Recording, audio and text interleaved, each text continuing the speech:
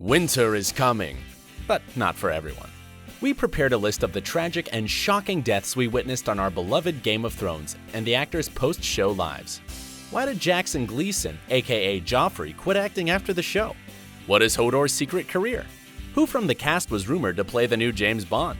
Watch the video to find out some of the most fresh facts about your favorite actors who were killed off of Game of Thrones. But be ready for the spoilers!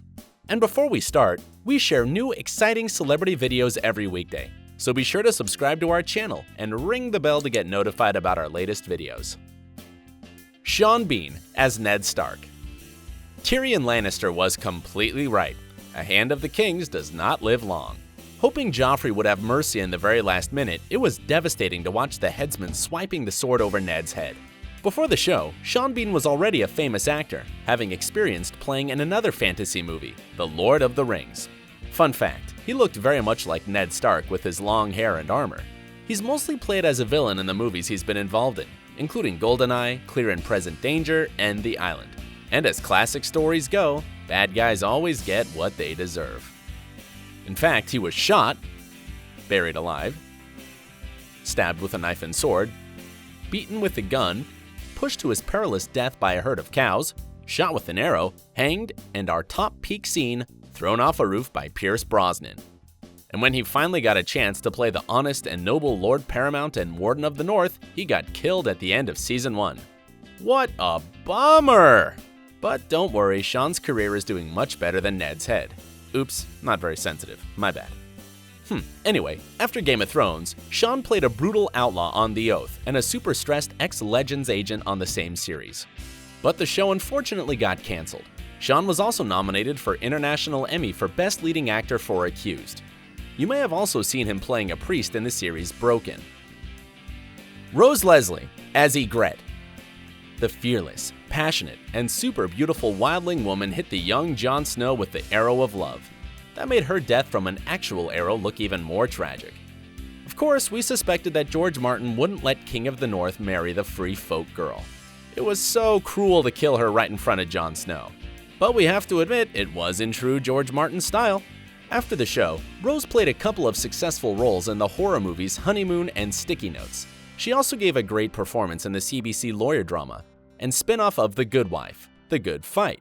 And of course, fans of Game of Thrones know that Leslie had major changes in her personal life too.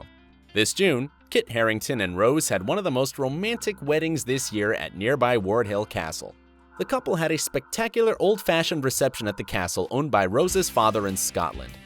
Even though the guest list included fellow Game of Thrones stars such as Peter Dinklage, Maisie Williams, Sophie Turner, and Emilia Clarke, luckily it had nothing in common with the show's typical on-screen weddings. Speaking of the Purple Wedding, you probably have guessed who was the next star on our list. Jack Gleeson as King Joffrey. We have to admit, Jack Gleeson did an incredible job playing an obnoxious douche. In fact, he was so good at being bad that the author of A Song of Ice and Fire, George Martin, sent Jackson a personal letter saying, "Congratulations on your marvelous performance. Everyone hates you." No wonder we weren't so disappointed when Joffrey was poisoned at his own wedding. But we are glad to say Jack is nothing like his character in real life. You probably haven't heard much about him since he got killed off from the show, but there's a reason behind that. Can you believe that Gleeson quit acting? Well, at least for a while.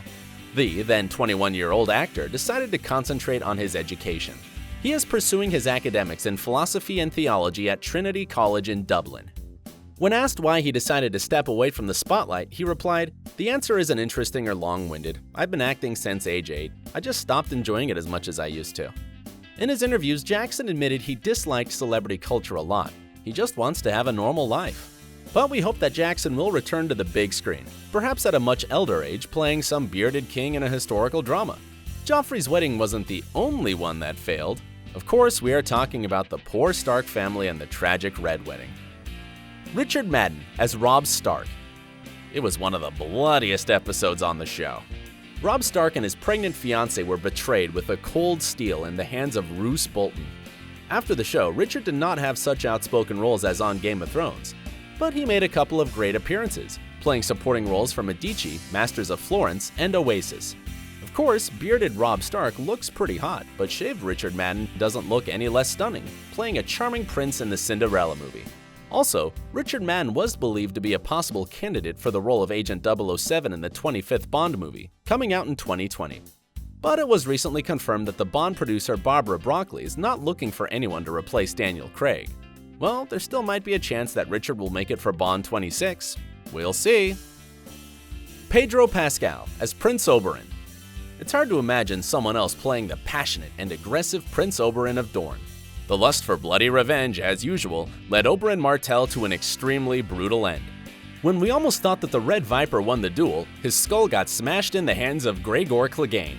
Most of us were just as shocked as Ilaria.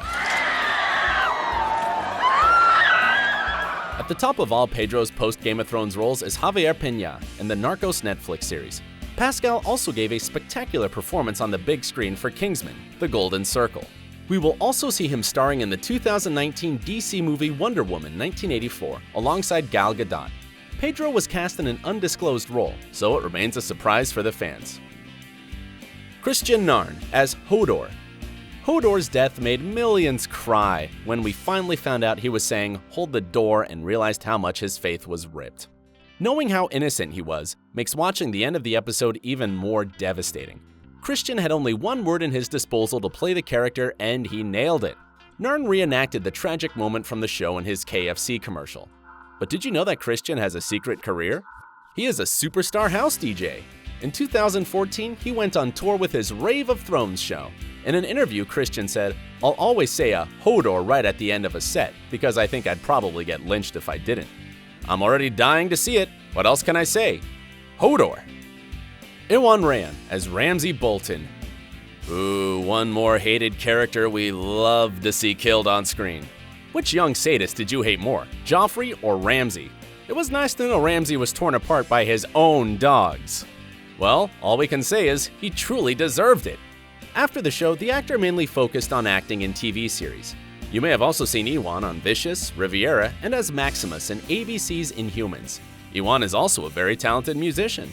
One of his latest albums is named after the place where he first met his beloved girlfriend. So romantic. He definitely has very strong feelings for her.